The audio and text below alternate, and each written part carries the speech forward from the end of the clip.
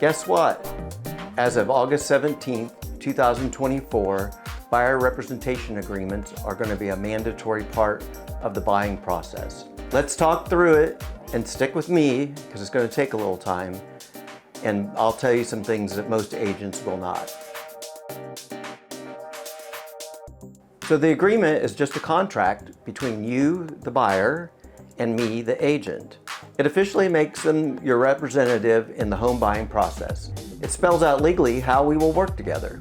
The representation agreement can be exclusive or non-exclusive. Personally, I'm a fan of the exclusive agreement because you know you have an agent that's working diligently for you. I can help you find your dream home. We can navigate the buying process much easier with me helping you than you going it alone. On the other hand, with non-exclusive agreements, agents may not be motivated to work as much as they would otherwise because they might not get the deal and get paid. If you're going to seriously move forward in the home buying process, it's great to have a dedicated agent. With an exclusive agreement, your agent is going to be much more committed to working with you. In the past, it was generally understood commissions for both agents were paid by the seller. But with the 2024 lawsuit settled, these payments to the agents will be officially decoupled.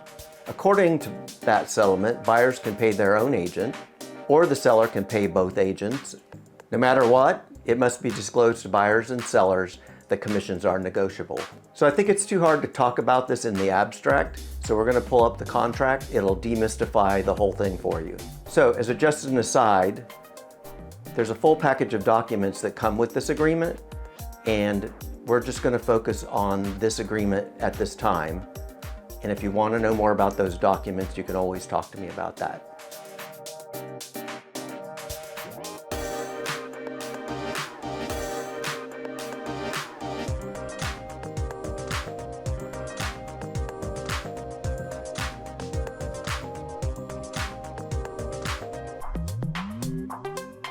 So keep in mind as we go along that most of the terms of the contract between you and the agent are negotiable.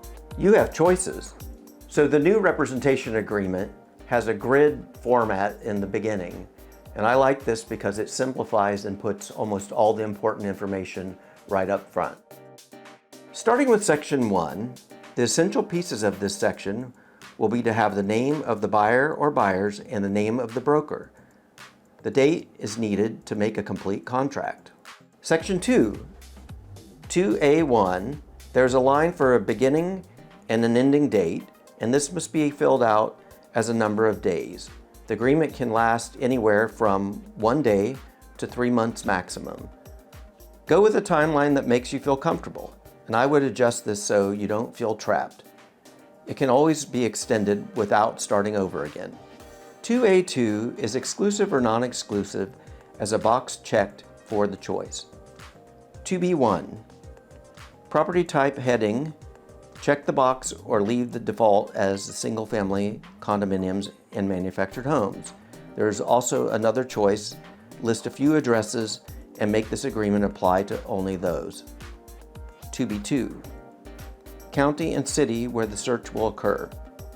2B3, allows for any additional description desired, and this could be number of bedrooms, that could be the number of bathrooms, it could be the color of the house, it could be the style of the house. Any of those things could be used in this.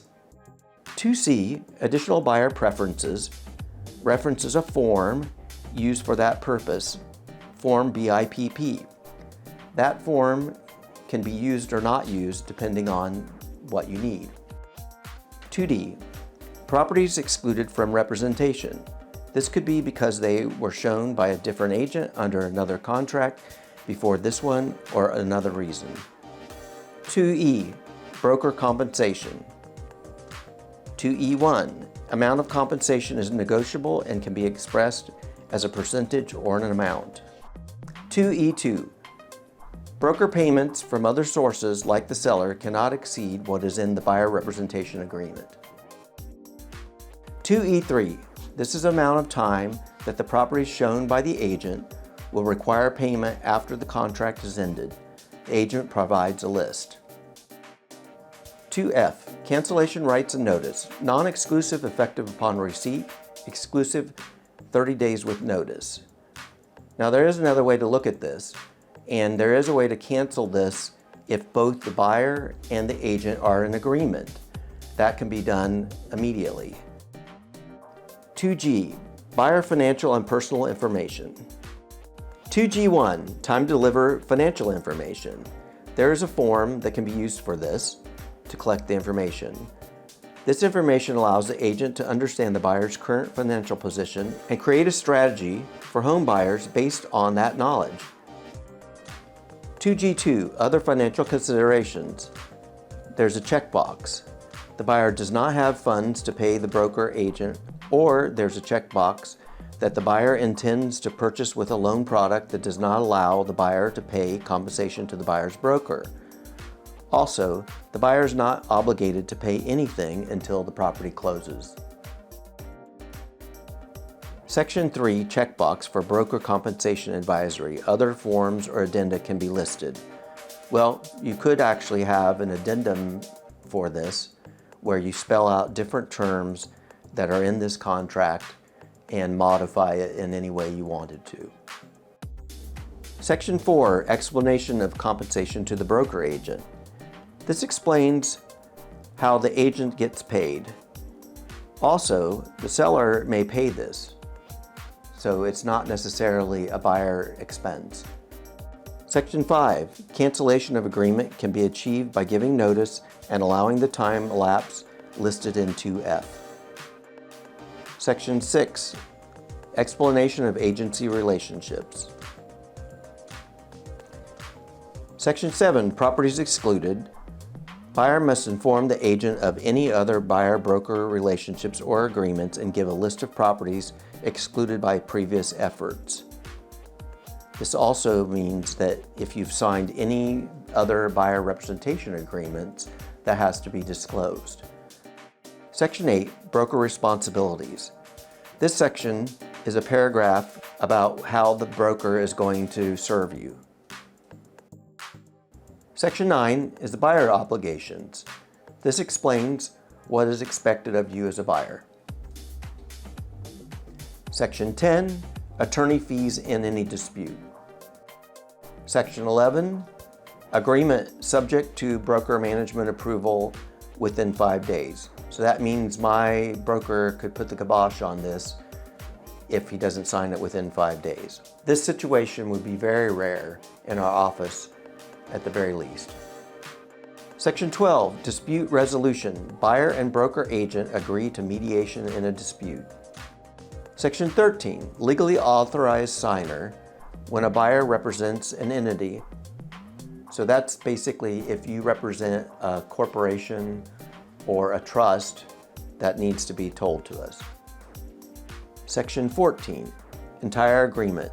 This document is what has been agreed to by the buyer and the broker agent.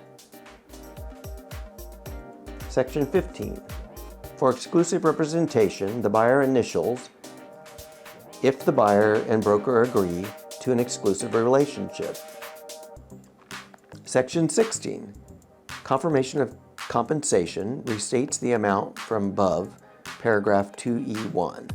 This is about the compensation that was marked earlier in the agreement. Lastly, buyer signatures and broker agent signatures. And there you have it, the complete buyer representation agreement. So if you're in the Bay Area looking to buy here, I would be happy to review any questions you may have. I want you to understand your rights and responsibilities from the very start. Send me an email now, and then I can send you a copy of this agreement. Happy home hunting!